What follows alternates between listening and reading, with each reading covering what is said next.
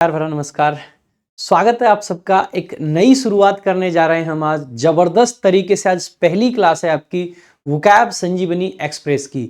फिर से कहूंगा, वोकैब संजीवनी एक्सप्रेस वो एक्सप्रेस है जो आपको अपने सपने तक लेके जाएगी। ये क्लास किस किस के लिए हेल्पफुल रहने वाली है? तो भाई जितने भी आप एसएससी की तैयारी कर रहे हैं, CGL, CHSL, CPO, SSC stenographer का एग्जाम हो या सिलेक्शन पोस्ट का एग्जाम हो, एमटीएस का एग्जाम हो, एसएससी जीडी का एग्जाम हो, उसके अलावा जो भी बच्चे आगे चल के तैयारी करने वाले हैं 9वीं क्लास के, 10वीं क्लास के, 11वीं क्लास के, 12वीं क्लास के, यानी कि जो स्कूल लेवल पर बच्चे हैं उनके लिए भी वोकैबुलरी बहुत जरूरी होती है, उनके लिए भी ये क्लास हेल्पफुल रहेगी। उसके अलावा जितने भी मेरे भाई डिफेंस की तैयारी करते हैं, एनडीए, सीडीएस, उसके अलावा एयरफोर्स वगैरह, नेवी वगैरह, हर एक एग्जाम के लिए ये क्लास बहुत ज्यादा बेनिफिशियल रहने वाली है। तो सबसे पहले आपको क्या करना है, वीडियो को खटाक से लाइक कर देना, अभी से लाइक कर दीजिए और फटाफट से शेयर कर दीजिए। मेरे साथ में सभी लोग कमेंट भी करते चलेंगे, जिन जिन शब्दों का आंसर आपको पहले से पता है, जिन जिन क्वेश्चंस का आंसर आपको पहले से पता है, साथ ही साथ में कमेंट भी करेंगे। तो वोकैब संजीवनी एक्सप्रेस 2024 में होने वाला है बहुत कुछ खास। The Hindu for Hindi medium हमने आपको फ्री ऑफ कॉस्ट अवेलेबल कराया। ये हमारी 2024 की दूसरी आपके लिए सबसे बड़ी चीज है, जो कि है वोकैब संजीवनी एक्सप्रेस। सो ये एक्सप्रेस शुरू करते हैं भाई, विदाउट वेस्टिंग एनी टाइम, फटाफट से करेंगे स्टार्ट। और ये जो वोकैब संजीवनी एक्सप्रेस है ये क्या है, बस थोड़ा सा बताऊंगा। बहुत सारे मेरे भाई वोकैब पढ़ते तो हैं, बहुत अच्छे से, बहुत मेहनत से पढ़ते हैं, लेकिन उनको वोकैब याद नहीं रह पाती है, कहीं ना कहीं गड़बड़ रह जाती है। तो जिन बच्चों को वोकैब याद नहीं रह पाती है या बुक से पढ़ने में दिक्कत होती है, उन सभी लोगों के लिए वोकैब संजीवनी एक्सप्रेस एक बहुत जबरदस्त और एक बहुत शानदार चीज है। तो शुरू करेंगे भाई आज की क्लास को, जबरदस्त ढंग से, जबरदस्त तरीके से स्टार्ट करते हैं। तो आज की क्लास का जो पहला आपका क्वेश्चन है उसको देखेंगे। पहला आपका क्वेश्चन है, द स्टेट और क्वालिटी ऑफ बीइंग यंग, यानी कि जो यंग रहने की स्टेट है या यंग रहने की जो क्वालिटी है उसको क्या कहते हैं। देखो बहुत सिंपल वर्ड है, यूथ। आपने सुना है यूथ? यूथ का मतलब होता है जवान होने की अवस्था। यूथ के अलावा भी कुछ अवस्थाएं आपकी होती हैं, जैसे एडोलेसेंस होता है एक। एडोलेसेंस जब बच्चा जवान हो रहा होता है, और यूथ आपका एकदम जो जवान है उसको बोल देते हैं। सो उसके अलावा एडल्टहुड आपका आ जाता है, जहां पे एक मैच्योर पर्सन हो चुका है, एक पूरा बंदा बन चुका है, मतलब एक आदमी बन चुका है, वो एडल्टहुड हो जाता है। तो बेसिकली ये वर्ड क्या है आपका, यूथ है। देखिएगा हमारी इस क्लास में जो अप्रोच रहने वाली है वो कुछ खास है, और खास अप्रोच ये है कि हम हर वर्ड के लिए ट्रिक नहीं बताने वाले। हर वर्ड के लिए ट्रिक जब पढ़ते हैं बच्चे तो क्या होता है कि माइंड में कंफ्यूजन पैदा होता है कि कौन सी ट्रिक कौन से शब्द के लिए थी। यहां पे हम कोशिश करेंगे जिन शब्दों में आपको ट्रिक की जरूरत है वहीं पे ट्रिक की जरूरत पड़े। बाकी इसको आप ऐसे याद रख सकते हैं, you register for youth ministry. Youth ministry यानी कि युवाओं की जो मिनिस्ट्री है उसकी बात यहां पे की जा रही है। तो यूथ यानी कि युवा, यूथ यानी कि युवा, किसी का यंग होना, बेसिकली यंग होने की जो स्टेट है वही आपका क्या है, यूथ है। बढ़ेंगे अगले की तरफ। अगला आपका क्वेश्चन है, देखो इसको दो प्रकार से पूछा जाता है एग्जाम में। एक ऐसे पूछा जाएगा, अ पर्सन हु लैक्स कंपेटेंस, कंपेटेंस का मतलब होता है स्किल सेट, क्षमता आपकी, ठीक है, एंड एक्सपीरियंस, एक्सपीरियंस का मतलब अनुभव, और लैक करने का मतलब होता है कमी होना। एक ऐसा बंदा जिसके अंदर अनुभव और क्षमता की कमी हो। या फिर इसको ऐसे पूछ लेता है, one who does a thing for pleasure and not as a profession. वो किसी काम को प्लेजर के लिए करता है, खुशी के लिए करता है, प्रोफेशन के तरीके से नहीं। उसको क्या बोलते हैं, जल्दी से कमेंट बॉक्स में आंसर बताते रहेंगे भाई। इसको बोला जाता है एमेचर। क्या बोला जाता है, एमेचर। क्या बोला जाता है, एमेचर बोला जाता है। इसको कैसे याद रख सकते हैं, आपने एक शब्द सुना है, बहुत सुना होगा, मैच्योर। हम कहते हैं यार कितना मैच्योर है ये लड़का, और मैच्योर का ही एंटोनिम करने के लिए हम क्या लिख देते हैं, इमेच्योर, ठीक है। और आप देखोगे इमेच्योर का मतलब है जिसके पास एक्सपीरियंस कम हो, जिसके पास में स्किल सेट कम हो, जो थोड़ा सा इमेच्योर है। अब देखो इन दोनों साउंड को मिला के देखो, amateur, immature, amateur, immature, amateur, immature. इस तरीके से आप इसको याद रख पाओगे। मेरे साथ 5, 7, 10 बार बोलेंगे, amateur, immature, amateur, immature, amateur, immature, बार बार बोलेंगे तो आप इसको कनेक्ट कर पाएंगे, और ये वर्ड आपको हमेशा हमेशा के लिए याद रह जाएगा। एक 6 बार तो ये इस वाली डेफिनेशन में पूछा गया है, और बाकी एक बार ये ऊपर वाली डेफिनेशन में पूछा गया, ये भी आप जरूर ध्यान रखेंगे। तो ऐसा व्यक्ति जिसमें योग्यता और अनुभव का अभाव हो, या फिर जो शौक के लिए काम करने वाला हो, शौकीन व्यक्ति। अब इसके एंटोनिम को पूछा जाता है बार बार, तो इसका एंटोनिम क्या हो जाएगा, या तो स्किल्ड हो जाएगा या फिर प्रोफेशनल इसका एक एंटोनिम हो जाएगा। ठीक है, अगर हम बात करें अगले की, एन एक्स्ट्रा प्रॉफिट और allowance additional to a main income. Main income से ज्यादा जो पैसा मिलता है उसको क्या बोला जाता है, मेन इनकम से ज्यादा मिलने वाले पैसे को भाई क्या बोलते हैं। देखो भाई, जब भी आप किसी अलग से जो पैसा आपको मिलता है उसको बोला जाता है पर्क्स। क्या बोला जाता है, पर्क्स। हम बार बार पूछते हैं, आप पूछते हो सर इनकम टैक्स इंस्पेक्टर के क्या क्या पर्क्स हैं, कितना बाहर का पैसा आ जाता है सर, दिल्ली पुलिस में सर क्या क्या पर्क्स मिलते हैं, सर हमें तो हॉस्पिटल में जाएंगे तो जल्दी इलाज हो जाएगा, ये पर्क्स हैं। बेटा पर्क्स का मतलब होता है जो एक्स्ट्रा बेनिफिट्स होते हैं, और ये जो पर्क्स है ना, इन्हीं में से एक शब्द बना दीजिए परक्यूसाइट। क्या बना दीजिए आपको, परक्यूसाइट। अच्छा एक शब्द और होता है, ध्यान दीजिएगा, रेक्यूसाइट, REQUISITE।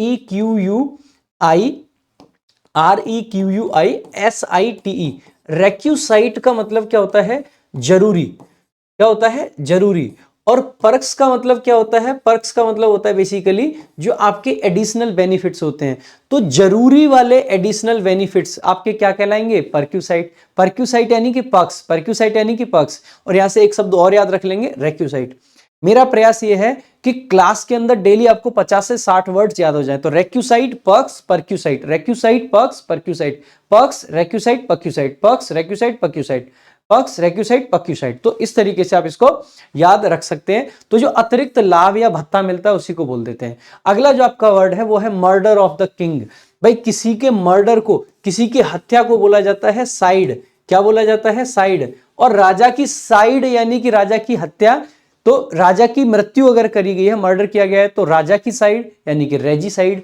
क्या हो जाएगा, रेजिसाइड। क्या हो जाता है, रेजिसाइड। इस फोटो से याद रखेंगे, रेजिसाइड। रेजिसाइड यानी कि राजा की हत्या, रेजिसाइड यानी कि राजा की हत्या, रेजिसाइड यानी कि राजा की हत्या। बढ़ेंगे अगले वर्ड की तरफ, a person dealing with antiques. भाई ध्यान देंगे, एंटीक का मतलब क्या होता है, एंटीक का मतलब होता है पुराना। ठीक है, क्या होता है, पुराना। और एक ऐसा पर्सन जो एंटीक्स यानी पुरानी चीजों में डील करता हो, पुरानी चीजें बेचता हो, खरीदता हो, अध्ययन करता हो, उसको क्या बोलेंगे, तो भाई उसको बोलेंगे एंटीक्वेरियन। अब आप इसको आसानी से याद रखेंगे, इसमें भी क्या रखा है, एंटीक, और ये डील भी किसमें कर रहा है, एंटीक्स में। तो कितना आसानी से आप याद रख सकते हो, एंटीक यहां भी है, यहां भी है। और आगे का वर्ड क्या है, आपने एक वर्ड सुना होगा क्वेरी। क्वेरी का मतलब होता है क्वेश्चन, क्वेरी का मतलब क्वेश्चन। तो जो एंटीक चीजों के बारे में आपके क्वेश्चंस का जवाब दे, एंटीक चीजों के बारे में आपकी क्वेरी का आंसर करे, एंटीक की क्वेरी का आंसर करने वाला, एंटीक की क्वेरी का आंसर करने वाला, एंटीक की क्वेरी का आंसर करने वाला क्या हो गया, एंटीक्वेरियन, एंटीक्वेरियन, एंटीक्वेरियन। सो आपको इसी तरीके से याद रख लेना है, एंटीक की क्वेरी का आंसर करने वाला, एंटीक की क्वेरी का आंसर करने वाला। ठीक है, एंटीक्वेरियन, एंटीक्वेरियन। सो एंटीक्वेरियन यानी कि a person dealing with antiques. आगे बढ़ेंगे, अगला आपका क्वेश्चन है the quality of admiring one self too much. अपने आप को बहुत ज्यादा एडमायर करने की क्वालिटी, अपने आप को बहुत ज्यादा पसंद करने की क्वालिटी। ये ग्रीक मिथोलॉजी से आता है, और इस पे मैंने आपके इसी चैनल पे वोकैब वंडर्स पे एक बढ़िया सा शॉर्ट भी बना रखा है, और उस शॉर्ट का लिंक आपको इस वीडियो के डिस्क्रिप्शन में मिल जाएगा। आप वहां से इसका पूरा ओरिजिन समझ सकते हैं। नार्सिसस नाम का एक पर्सन होता है। बाकी देखो, वो ओरिजिन से तो आप याद रख ही सकते हैं, वहीं से नार्सिसिस्ट वर्ड बना है, वहीं से नार्सिसिज्म बना है। लेकिन आप इसको याद कैसे रखें, और अच्छी एक ट्रिक बता दूं, तो ये लीजिए, एक और ट्रिक लीजिए। देखो नार्सिसिज्म, आप इसको देखिए, ये नारी है, क्या है, नारी है, और ये कह रही है मैं इतनी सुंदर हूं तो क्या करूं। भाई ये क्या है, सुंदर है, और इस नारी को क्या है, इसको नारीसिज्म है, यानी कि नार्सिज्म। तो नार्सिसिज्म को आप क्या बोल सकते हो, नारीसिज्म, नारीसिज्म। कैसे याद रख सकते हो, देखो ज्यादातर नारियों का यही हाल है, मेकअप वेकअप करके मैं इतनी सुंदर हूं मैं क्या करूं। तो नारी अपने आप को क्या समझती है, सुंदर। नारी अपने आप को क्या समझती है, सुंदर। अपने आप पर बड़ा भाई घमंड हो जाता है पूरा का पूरा, एकदम ऐसे छोड़ छाड़ के चली जाती है, इसलिए पढ़ाई लिखाई कर लो, है ना। सो नारीसिज्म, नार्सिसिज्म यानी कि नारीसिज्म। कैसे याद रखोगे, नारीसिज्म, नारीसिज्म। ठीक है, सो नार्सिसिज्म को इस तरीके से, मैं किसी पे गलत कोई कमेंट नहीं कर रहा हूं, जस्ट एक शब्द को याद करवाने की कोशिश कर रहा हूं। तो नार्सिसिज्म यानी कि नारी, और नारी क्या कह रही है, मैं इतनी सुंदर हूं मैं क्या करूं, तो नारीसिज्म। इसको क्या हो गया है, नार्सिसिज्म। तो बेसिकली इसका करेक्ट प्रोनाउंसिएशन होता है नार्सिसिज्म। ठीक है, इसी से एक एडजेक्टिव फॉर्म बनता है नार्सिसिस्ट, और नार्सिसिस्ट वो पर्सन होता है जिसको अपने आप पे बहुत घमंड होता है। नार्सिसिज्म वो क्वालिटी है और नार्सिसिस्ट वो व्यक्ति है, तो इस चीज का भी विशेष डिफरेंस ध्यान रखेंगे। नार्सिसिज्म नाउन है, नार्सिसिस्ट आपका एडजेक्टिव है। इस पर मैंने शॉर्ट बनाया हुआ है, उसका डिस्क्रिप्शन में आपको लिंक मिल जाएगा। आगे देखेंगे, एन इंसिडेंस कॉजिंग डैमेज और सफरिंग, कोई भी ऐसा इंसिडेंस जो डैमेज करे, सफरिंग करे, उसको क्या बोलेंगे? जल्दी से कमेंट बॉक्स में आंसर करते रहेंगे भाई। देखो, इसको बोला जाता है कैटास्ट्रॉफी। कैटास्ट्रॉफी एक बहुत बड़ी तबाही को बोलते हैं बेसिकली, कोई तबाही, बहुत बड़ा संकट। इसको कैसे याद रखेंगे मेरे भाई? आपने रिसेंटली क्रिकेट वर्ल्ड कप देखा होगा, उसमें क्या हुआ? उसमें कर दी गई भैया हमारी एक ट्रॉफी को कट कर दिया गया, cut a trophy, cut a trophy. या फिर आप ऐसे भी कर सकते हैं, कट अस ट्रॉफी। अस यानी कि हमें जो ट्रॉफी थी वो कट कर दी गई, तो हमारी जो ट्रॉफी थी वो कट कर दी गई। और भाई मेरे ट्रॉफी जब कट होती है तो कितना दुख होता है भाई, बहुत दुख होता है। देखो एकदम तबाही आ रखी है, आंसू निकल रहे हैं हमारे इतने बड़े बड़े प्लेयर्स के भी। तो कट अ ट्रॉफी, कट और ट्रॉफी अपने आप में क्या है? तबाही है। कट अ ट्रॉफी अपने आप में क्या है? तबाही है। तो ये फोटो और ये cut a trophy, cut a trophy याद रहेगा जीवन भर, हमेशा याद रखना है। शाम को भाई एक बार ये पीडीएफ उठा के पूरा रिवाइज कर लेना। अब आप कहोगे सर ये पीडीएफ कहां मिलेगी? वोकैब वंडर्स टेलीग्राम चैनल पे मिलेगी। वोकैब वंडर्स टेलीग्राम पे ये पीडीएफ आपको डेली का डेली मिलती रहेगी। इसके साथ साथ वोकैब वंडर्स टेलीग्राम पे आपको the Hindu for Hindi medium की भी पीडीएफ डेली मिलती है। इस तरीके से द हिंदू आज तक ना किसी ने कराया है और ना ही कोई करा सकता है, क्योंकि बहुत रिसोर्सेज लगते हैं और फ्री ऑफ कॉस्ट हम आपको करा रहे हैं। तो वोकैब वंडर्स टेलीग्राम जरूर ज्वाइन कर लें, लिंक आपको डिस्क्रिप्शन में मिल जाएगा। बाकी भाई वीडियो को हर एक भाई तक मेरे पहुंचाना है आपको, गांव गांव हर एक बच्चे के पास में ये वीडियो होनी चाहिए और ये चैनल वोकैब वंडर सबको पता होना चाहिए। ठीक है भाई, ये आपकी जिम्मेदारी है। डेली क्लास मेरी जिम्मेदारी है, daily the Hindu for Hindi medium मेरी जिम्मेदारी, आपकी जिम्मेदारी डेली उसको शेयर करना है। आगे देखेंगे भाई अगला, a secret agreement specially in order to do something dishonest और डिसीव पीपल। एक सीक्रेट एग्रीमेंट जो लोगों के बीच में हो जाता है, किस लिए होता है? वो लोगों को मतलब कुछ डिसीव करने के लिए, धोखा देने के लिए, कुछ डिसऑनेस्ट काम करने के लिए। डिसऑनेस्ट मतलब गैर ईमानदार जो होते हैं, मतलब बेईमानी भरा कोई काम जो होता है। और डिसीव करने का मतलब क्या होता है? धोखा देना। डिसीव करने का मतलब क्या होता है मेरे भाई? धोखा देना। डिसीव करने का मतलब क्या होता है? धोखा देना। तो आज वन वर्ड पढ़ रहे हैं हम।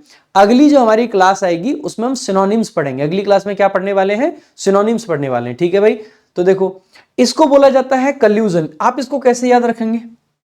देखो ये आपको दिखाई दे रहा है double word O double L U, ओलू, ओ डबल एल यू, ओलू, ओलू, ओलू यानी उल्लू टाइप का लग रहा होगा आपको। क्या लग रहा है? उल्लू। तो आप जानते हैं उल्लू का मतलब क्या होता है? हम कहते हैं उल्लू बनाया बड़ा मजा आया। जब हम किसी को धोखा देते हैं तो क्या कहते हैं? उल्लू बनाया। किसी को धोखा देते हैं तो क्या कहते हैं? उल्लू बनाया।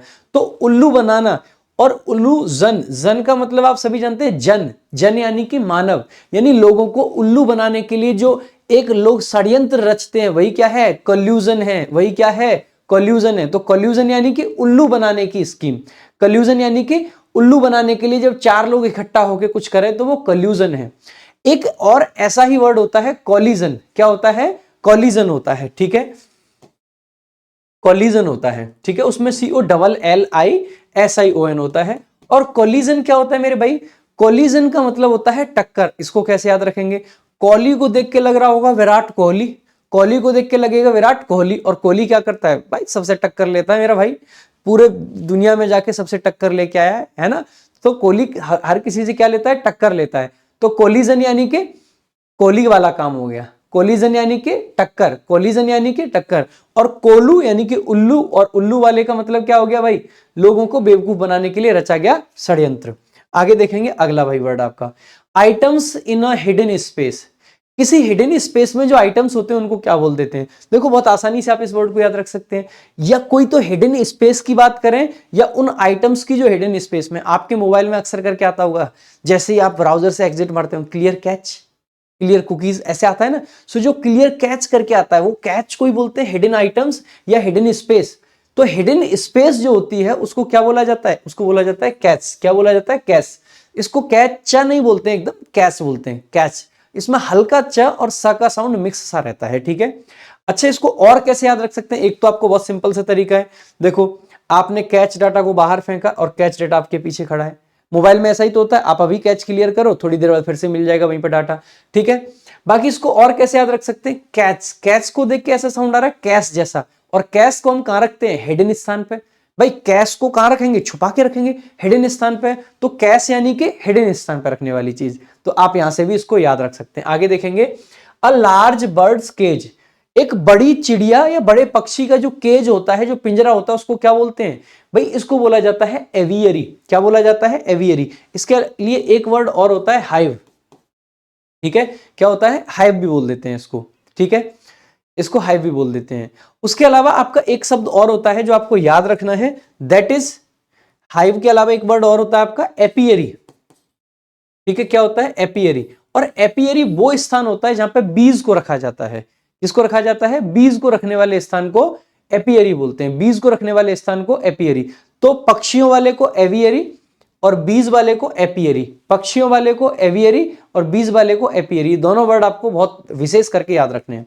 आगे देखेंगे, a storage room in a public building, भाई पब्लिक बिल्डिंग में कोई स्टोरेज रूम या फिर कोई जहां पे कपड़े वपड़े अपने रख देते हैं लोग, उसको क्या बोलते हैं, भाई देखो कपड़े को टांगने की बात होती है, ठीक बात है, कपड़े को हम क्या कर देते हैं, देखो अक्सर करके कपड़ों के लिए जो रूम होता है या लगेज के लिए, सामान के लिए जो रूम होता है, सामान को या कपड़ों को हम टांगते हैं, और टांगी हुई एक चीज और होती है, और वो क्या होती है, दीवार घड़ी, दीवार घड़ी भी क्या होती है, टंगी होती है। तो भाई साहब क्लॉक रूम, इसको याद रखेंगे किससे, क्लॉक रूम से। ये कमरा दिखाई दे रहा है, देखो घड़ियां ही घड़ियां दिख रही होंगी, तो क्लॉक रूम वो रूम जो किसी पब्लिक बिल्डिंग में, पब्लिक बिल्डिंग का मतलब समझते हो मेरे भाई, कोई सार्वजनिक स्थान, कोई सार्वजनिक स्थान, किसी सार्वजनिक स्थान पे एक ऐसा रूम जहां पर लोग अपना सामान वगैरह रख सकते हैं। तो सामान वगैरह जहां पर रखा जा सकता है उसको क्लॉक रूम बोला जाता है। क्या बोला जाता है, क्लॉक रूम बोला जाता है। हालांकि इसकी घड़ी वाली स्पेलिंग नहीं है, इसकी स्पेलिंग अलग है, ठीक है। सो क्लॉक रूम, ठीक है, वो CLOC के होता है, CLOA के होता है, ठीक है, ध्यान देंगे। आगे देखेंगे अगला, एटर्नल, लास्टिंग फॉर एवर, इनडेफिनिटली, कोई भी चीज जो हमेशा चले, कोई भी चीज जो हमेशा हमेशा चले, हमेशा। तो एटर्नल का मतलब होता है जीवन भर चलने वाली, हमेशा चलने वाली, हमेशा चलने वाली, ठीक है, हमेशा चलने वाली कोई भी चीज, हमेशा चलने वाली कोई भी चीज, ठीक है। Lasting for ever, for ever का मतलब है सदा सदा, ठीक है।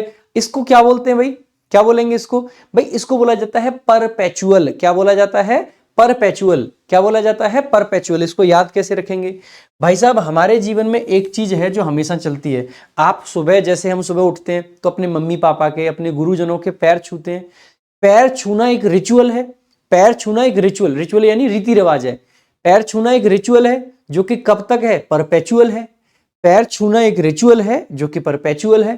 पैर छूना एक रिचुअल है जो कि परपेचुअल है। ये एक ऐसा रिचुअल है जो हमेशा से चला आ रहा है, एक ऐसा रिचुअल है जो हमेशा से चला आ रहा है। ऐसा रिचुअल जो हमेशा से चले वही होगा परपेचुअल। परपेचुअल वो रिचुअल जो हमेशा चले, परपेचुअल वो रिचुअल जो हमेशा चले। तो ritual perpetual, ritual perpetual. Ritual बनता ही, रीति रिवाज कौन से होते हैं, जो हमेशा से चले आ रहे हैं। रिचुअल यानी कि परपेचुअल, याद रहेगा, रिचुअल यानी कि परपेचुअल। और रिचुअल का मतलब क्या होता है, रीति रिवाज, रीति रिवाज, ठीक है। आगे देखेंगे, study of heavenly bodies. Heavenly यानी कि भाई जो ऊपर आसमान में जो है, हेवन में जो है, ठीक है। हेवन यानी कि स्वर्ग को बोलते हैं, और हेल यानी कि नरक को बोलते हैं।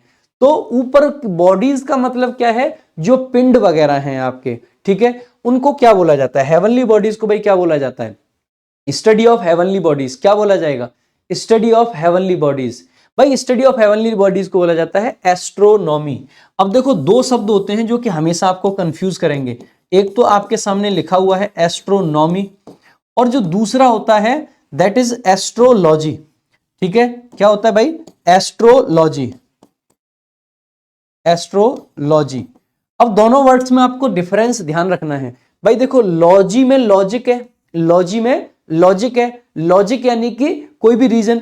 अब कोई पर्सन अगर आपके हाथों की रेखाओं को देख के लॉजिक निकाल के ये बताए कि आप जीवन में क्या करने वाले हो, हाथों की रेखाओं से लॉजिक निकालने वाला, हाथों की रेखाओं से लॉजिक निकालने वाला एस्ट्रोलॉजर होता है, एस्ट्रोलॉजर होता है। एस्ट्रोलॉजी यानी कि जो हाथों की रेखाओं से लॉजिक निकाले वो एस्ट्रोलॉजी। यानी कि जो आपके मतलब जो क्या बोलते हैं पंचांग वगैरह देख के सब लॉजिक मिला के बताए कि आप आगे जीवन में क्या करने वाले हो, वो एस्ट्रोलॉजर। और जो ऊपर जाते हैं उनको बोलते हैं एस्ट्रोनॉट, एस्ट्रोनॉट। और जो वो हेवनली बॉडीज का अध्ययन करते हैं उनको एस्ट्रोनॉमर बोलते हैं। और इस साइंस को बोला जाता है एस्ट्रोनॉमी। एस्ट्रोनॉट जो ऊपर जाते हैं, अध्ययन करने वाले एस्ट्रोनॉमर, और astronomy study of heavenly bodies. तो एस्ट्रोलॉजी और एस्ट्रोनॉमी में डिफरेंस आपको क्लियर कट पता होना चाहिए मेरे भाई। आगे देखेंगे अगला आपका question, one who hates institution of marriage, एक वो पर्सन जो मैरिज के इंस्टीट्यूशन यानी कि शादी से नफरत करने वाला। नफरत के लिए वर्ड होता है मीसो और शादी के लिए होता है गैमी। तो मीसोगैमिस्ट, मीसोगैमिस्ट वो पर्सन हो जाएगा जो शादी से नफरत करता है। गैमी यानी शादी, मीसो यानी कि नफरत करना। ध्यान देंगे आईएसटीएम किसी पर्सन को डिनोट करने के लिए लगाते हैं। आईएसटीएम उस शब्द के लिए लगाएंगे जब हम किसी पर्सन को डिनोट करते हैं। तो मीसोगैमिस्ट यानी कि शादी से नफरत करने वाला, मीसोगैमिस्ट यानी कि शादी से नफरत करने वाला, मीसोगैमिस्ट यानी कि शादी से नफरत करने वाला। ठीक है, ऐसे एक वर्ड आपका बन जाएगा मिसोजिनिस्ट। मिसोजिनिस्ट का मतलब बेसिकली क्या हो जाएगा, जो महिलाओं से नफरत करे। ठीक है, और एक हो जाता है मिसैंथ्रोपिस्ट। मिसैंथ्रोपिस्ट यानी मानव जाति से नफरत करने वाला। इसका एंटोनिम आप कह सकते हो फिलैंथ्रोपिस्ट। फिला का मतलब होता है प्यार, तो प्यार करने वाला। ठीक है, तो आप कह सकते हो मीसो यानी कि नफरत, फिला यानी कि प्यार। ठीक है, तो ये वर्ड्स आपको पता होने चाहिए सारे के सारे भाई। आगे देखेंगे अगला आपका जो वर्ड है वो है one who offers one's services without being forced. बिना फोर्स करे वो अपनी सर्विसें देना चाहता है। देखो भाई, मैं स्वीकृति से, जैसे मुझे कोई फोर्स नहीं कर रहा है कि पढ़ाओ पढ़ाओ पढ़ाओ, लेकिन मैं स्वीकृति से, मैं वॉलंटियरली आप सभी लोगों के लिए फ्री पढ़ा रहा हूं। कैसे पढ़ा रहा हूं, मैं वॉलंटियर कर रहा हूं अपनी सर्विस। तो वॉलंटियर करना, या जो वॉलंटियर होते हैं उन्हीं को क्या बोलते हैं, वो अपने आप कोई काम कर रहे हैं तो वॉलंटियर बोला जाता है। क्या बोला जाता है, वॉलंटियर। वॉलंटियर का मतलब देखो ये नाउन भी होता है, वर्ब भी होता है, दोनों चीजें ध्यान रखेंगे। जब मैंने कहा कि आई वॉलंटियर दिस थिंग, तो इसका मतलब है मैं ये काम फ्री ऑफ कॉस्ट करूंगा। और ऐसे केस में मैं क्या कहलाऊंगा, वॉलंटियर कहलाऊंगा। ठीक है, तो ये नाउन भी हो सकता है, वर्ब भी हो सकता है। तो वॉलंटियर आपका बहुत इंपॉर्टेंट वर्ड है, इसको याद रखेंगे, और बहुत कॉमन वर्ड है। एक यहां से एक वर्ड और बनता है वॉलेंटरी। वॉलेंटरी का मतलब है स्वेच्छा से किया गया काम। वॉलेंटरी वर्क कोई अगर है तो इसका मतलब है स्वेच्छा से किया गया काम है। तो वॉलेंटरी, वॉलेंटियर, ये बहुत सिंपल है। जैसे कहीं पे आपके गांव में मान लीजिए भंडारा चल रहा है, भंडारा में लोग अपनी मर्जी से वो जो खाना वाना देने के लिए, सब करने के लिए आ जाते हैं। वो कौन है, वो वॉलेंटियर है। कौन है, वॉलंटियर है। वहां पे आवाज भी लगाते हैं, भाई हमें और वॉलंटियर्स की जरूरत है, कृपया ज्यादा से ज्यादा संख्या में लोग आए। ठीक है, आगे देखेंगे भाई। तो वॉलंटियर यानी कि वो लोग, वॉलंटियर यानी कि वो लोग जो फ्री में सेवा देते हैं। नेक्स्ट है a person who is indifferent to pain and pleasure of life. Pain का मतलब होता है भाई दर्द, और प्लेजर का मतलब होता है खुशी। तो एक ऐसा व्यक्ति जिसको सुख दुख का फर्क ना पड़े उसको क्या बोलते हैं भाई, ऐसे व्यक्ति को बोला जाता है स्टोइक। और कैसे याद रखेंगे, यहां पे आपको दिखाई दे रहा होगा टॉय, और टॉय का मतलब क्या होता है, जैसे मान लीजिए ये टॉय है। ठीक है, अब टॉय कैसा है, देखो मैंने इसको बहुत प्यार किया, ओले मिला बाबू, बहुत प्यार किया, बहुत प्यार किया, इस पर कोई फर्क पड़ा, हंसा भी नहीं, रोया भी नहीं। और अब देखो मैंने इसको बहुत मारा, हट, बदतमीज बदतमीज बदतमीज बदतमीज, कोई फर्क पड़ा नहीं पड़ा। तो जिस तरीके से टॉय पे ना तो प्यार का फर्क पड़ रहा है ना पेन का फर्क पड़ रहा है, वैसे ही स्टोइक पर कोई फर्क नहीं पड़ता। तो टॉय से स्टोइक, टॉय से क्या याद रहेगा, स्टोइक। तो स्टोइक वो व्यक्ति जिस पर सुख दुख का फर्क नहीं पड़ता। A person who is indifferent to pain and pleasure. Indifferent होने का मतलब है फर्क न पड़ना। इनडिफरेंट होने का मतलब क्या होता है, फर्क न पड़ना। तो जब किसी पर फर्क न पड़े तो वही कैसा हो जाएगा, स्टोइक। अगला देखेंगे भाई, नेक्स्ट आपका कंपलसरी इनलिस्टमेंट। अब देखो इनलिस्टमेंट का मतलब क्या है, लिस्ट का मतलब जानते हैं आप, लिस्ट में शामिल करना। MENT लगाते हैं नाउन बनाने के लिए, और इन का यूज करते हैं वर्ब बनाने के लिए। तो इनलिस्टमेंट, ठीक है, इनलिस्टमेंट का मतलब है लिस्ट में शामिल करना। इनलिस्टमेंट मतलब लिस्ट में शामिल करना, इनलिस्टमेंट मतलब लिस्ट में शामिल करना। तो compulsory enlistment for military services, कुछ देशों में ऐसा सिस्टम है कि भैया आपको 2 साल मिलिट्री में देने ही पड़ेंगे चाहे आप कोई भी हो, उसी को बोल देते हैं कॉन्स्क्रिप्शन। क्या बोला जाता है इसको, कॉन्स्क्रिप्शन। इसको याद कैसे रखेंगे भाई, जब आप किसी चीज का सब्सक्रिप्शन ले लेते हो तो आपके लिए जरूरी हो जाता है कि आप उसके मतलब उस चीज को फॉलो करो। सब्सक्रिप्शन ले लिया मतलब फॉलो करना पड़ेगा, सब्सक्रिप्शन मतलब फॉलो करना पड़ेगा, कॉन्स्क्रिप्शन जरूरी है। तो सब्सक्रिप्शन अपनी मर्जी से लेते हैं और कॉन्स्क्रिप्शन फोर्स्ड होता है। सब्सक्रिप्शन मर्जी का और कॉन्स्क्रिप्शन फोर्स्ड होता है। सब्सक्रिप्शन मर्जी का और कॉन्स्क्रिप्शन फोर्स्ड होता है, जबरदस्ती का होता है। आगे देखेंगे नेसेसरी होता है। A specialist for kidney, kidney के स्पेशलिस्ट को क्या बोलते हैं भाई? आप सभी को पता होगा, जैसे आपने सुने होंगे न्यूरॉन्स प्रोटॉन्स होते हैं, वैसे ही एक नेफ्रॉन्स भी होते हैं और किडनी के अंदर पाए जाते हैं नेफ्रॉन्स। किसके अंदर पाए जाते हैं? किडनी के अंदर नेफ्रॉन्स पाए जाते हैं। लगभग मुझे लगता है 90 लाख से 1 करोड़ के बीच में होते हैं एक किडनी में, if I am not wrong, ठीक है, अगर मैं सही हूं तो इतने ही होते होंगे। तो नेफ्रॉन, तो किडनी के अंदर होते हैं नेफ्रॉन, और किडनी का अध्ययन करने वाले व्यक्ति को बोल देते हैं नेफ्रोलॉजिस्ट। नेफ्रोलॉजिस्ट, तो नेफ्रो से बना नेफ्रॉन और लॉजिस्ट, लॉजिस्ट का मतलब अध्ययन, और आईएसटी बना व्यक्ति को दिखाने के लिए। नेफ्रोलॉजी वो साइंस जिसमें किडनी का अध्ययन होता है, नेफ्रोलॉजिस्ट वो व्यक्ति जो किडनी का अध्ययन करता है। सिंपल सी बात है, जो किडनी का अध्ययन ना कह सके हम कह सकते हैं किडनी का स्पेशलिस्ट। किडनी का स्पेशलिस्ट आपका नेफ्रोलॉजिस्ट और किडनी का अध्ययन करने वाली साइंस आपकी नेफ्रोलॉजी। नेक्स्ट देखेंगे, अगला आपका वर्ड है one who does not know reading और राइटिंग, जो पढ़ना लिखना नहीं जानता है उसको क्या बोल देते हैं? इलिटरेट बोल देते हैं, गंवार बोल देते हैं उसको। सो इलिटरेट, इलिटरेट, इलिटरेट क्या बोल देते हैं? इलिटरेट। आपने वर्ड सुना होगा लिटरेट। लिटरेट का मतलब क्या होता है भाई? पढ़ा लिखा। और आपने अक्सर करके सुना भी होगा लिटरेसी रेट कितना है? केरल में सबसे ज्यादा लिटरेसी रेट है, बचपन से हम पढ़ते हैं केरल में सबसे ज्यादा लिटरेसी रेट है।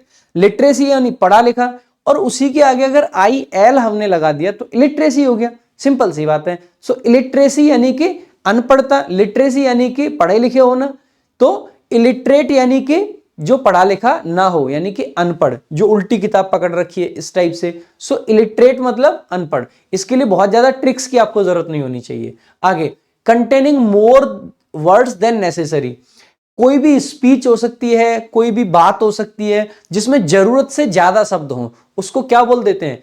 देखो भाई, शब्दों जैसे हमने बोला वर्ब, वर्ब का मतलब क्या है? एक शब्द है। और एक शब्द हमने बोला बॉस, और बॉस का मतलब है भाई जो किसी चीज में भरपूर मात्रा में हो। मेरे अंदर अगर घमंड भरपूर मात्रा में तो बॉस बन जाऊंगा। जिसके अंदर भरपूर मात्रा में शब्द हो वो क्या बन जाता है? वर्ब बॉस बन जाता है, वो वर्ब का बॉस बन जाता है। तो वर्बॉस का मतलब होता है बेसिकली आवश्यकता से अधिक शब्दों का प्रयोग करने वाला। जैसे कि देखो यहां पे आपको देख पाएंगे आप, एक आदमी ये भी कह सकता है ऑब्जेक्शन। अगर उसने कहा ऑब्जेक्शन, इसका मतलब है सामने वाले की कही गई बात उसको खराब लगी। इसको अगर और ज्यादा शब्द यूज करने होते तो ये कह सकता था I think that you are wrong, मुझे लगता है कि आप गलत हो। एक शब्द में भी वही बात और इतने शब्दों में भी, और अगर ये चाहे तो इतने भी कह सकता था। I believe that the statement that you have made in this courtroom is not correct because of current evidence. इतनी बात कह के भी इसने यही कही कि जो आप कह रहे हो मुझे गलत लग रहा है। तो ऑब्जेक्शन से भी यही काम चल रहा था और इतनी बात से भी। तो ये वाली जो स्टेटमेंट है, ये स्टेटमेंट कैसी कही जाएगी? वर्ब बॉस, यानी कि वर्ब का बॉस है, यानी कि शब्दों का बॉस है। इसमें इतने सारे शब्द हैं कि शब्दों का बॉस बन गया। सो वर्बस यानी कि बहुत सारे शब्द, वर्बस यानी कि बहुत सारे शब्द, वर्बस यानी कि बहुत सारे शब्दों वाला। नेक्स्ट, अगला आपका वर्ड है a remedy for all ills. A remedy, remedy का मतलब होता है भाई कोई दवा, कोई इलाज, इलाज। और इल्स का मतलब होता है बीमारियां, सभी बीमारियों का इलाज, सभी बीमारियों का इलाज। एक ऐसी दवा जो हर बीमारी का इलाज हो, उसको क्या बोल देते हैं? उसको बोल देते हैं मेरे भाई पनेसिया। क्या बोला जाता है? पेनेसिया। इसको कैसे याद रखेंगे? आपने एक वर्ड सुना है, एक वर्ड आपने सुना होगा पैन। पैन का मतलब होता है संपूर्ण। जैसे हम कहते हैं पैन इंडिया, पैन इंडिया। और फिर भी पैन अगर आपको याद नहीं है तो याद रखना आपका पैन कार्ड हर जगह चलता है, आपका पैन कार्ड हर जगह चलता है। पैन मतलब हर जगह, पैन मतलब हर जगह, तो पैन यानी कि हर जगह। तो पैन का मतलब ऑल, पैन का मतलब ऑल। और एस का मतलब होता है इक्का। एस का मतलब क्या होता है? इक्का। जब आप ताश खेलते हो, कार्ड्स देखे आप लोगों ने? नहीं देखे तो मैं दिखा देता हूं आप लोगों को, यहां होने चाहिए मेरे आसपास कहीं, ठीक है। कार्ड्स, ये देखिएगा, ये क्या है? इसमें एस, क्या है ये? इक्का है, एस है। अब इक्का जब आप मारते हो तो वो हर चीज को हरा देता है। तो एक ऐसा एस जो ऑल को हरा दे, पैन एस, एक ऐसा एस, एक ऐसा इक्का जो हर किसी को हरा दे, एक ऐसा एस। तो पेन एस, पेन एस यानी कि एक ऐसी दवा जो हर मर्ज का इलाज दे, तो पेनेसिया, पेनेसिया, पेनेसिया। तो एस यानी कि इक्का, पेन यानी कि सभी, सभी सभी मतलब बीमारियों के लिए जो इक्के का काम करे वही आपका क्या हो जाएगा, पेनेसिया हो जाएगा। ठीक है, तो रामबाण औषधि जो होती है वही आपकी पेनेसिया है। जैसे राम के बाण से कोई नहीं बचता है, वैसे ही कार्ड्स खेलते टाइम इक्के से कोई नहीं बचता है। तो रामबाण औषधि यानी कि इक्के वाला काम करने वाली औषधि। नेक्स्ट देखेंगे, a lover of one self, जिसको खुद से प्यार हो, वंस एडवांसमेंट, उसको अपने अचीवमेंट से प्यार हो। देखो अभी थोड़ी देर पहले हमने नार्सिसिज्म पढ़ा था, वो अपने आप में मुग्धता थी, अपने आप से वैसा प्रेम था, खुद से ही प्रेम। और ये कैसा है, ये अपने आप पर घमंड वाला सेंस है। ठीक है, इसके लिए जो वर्ड आता है वो होता है ईगोइस्ट। क्या होता है भाई, ईगो। ईगो आप सभी जानते हैं यार, ईगो तो बड़ी बुरी चीज होती है, लोगों के अंदर ईगो आ जाती है। और आई का मतलब होता है मैं, तो जिसके अंदर मैं वाली ईगो आ गई, मैं ही सब कुछ हूं, वो ईगोइस्ट। एक वर्ड आपको और बनता है ईगोटिस्ट। ईगोटिस्ट होता है जो अपनी ही अपनी बात करे, वो ईगोटिस्ट कहलाता है। तो ईगोइस्ट एंड ईगोटिस्ट। नेक्स्ट, वो बुक जो इंफॉर्मेशन दे अबाउट एवरीथिंग। आपने नेट पे एक वेबसाइट सुनी होगी विकिपीडिया, विकिपीडिया पे सारी इंफॉर्मेशन मिल जाती है। वैसे ही एक किताब होती है इंसाइक्लोपीडिया, इंसाइक्लोपीडिया में हर चीज की इंफॉर्मेशन मिल जाती है। तो किताब है तो इंसाइक्लोपीडिया, वेबसाइट है तो विकिपीडिया, वेबसाइट में विकिपीडिया, किताब में इंसाइक्लोपीडिया। ठीक है, इसको विश्वकोश कहा जाता है हिंदी में। नेक्स्ट है the animals of a particular region. दो वर्ड आपके सामने हमेशा आएंगे, एक होगा फौना जो कि यहां पे दे रखा है, एक होगा फ्लोरा। ठीक है, एक क्या होगा, फ्लोरा। ध्यान देंगे भाई, फौना में एन है तो ये एनिमल्स के लिए आ रहा है, किसके लिए आ रहा है, एनिमल्स के लिए। और फ्लोरा में एल है तो ये किसके लिए आता है, फ्लावर्स के लिए आता है, फूलों के लिए आता है। तो फ्लावर्स में भी एल है और एनिमल में एन है। ठीक है, तो फौना फ्लोरा, फौना फ्लोरा।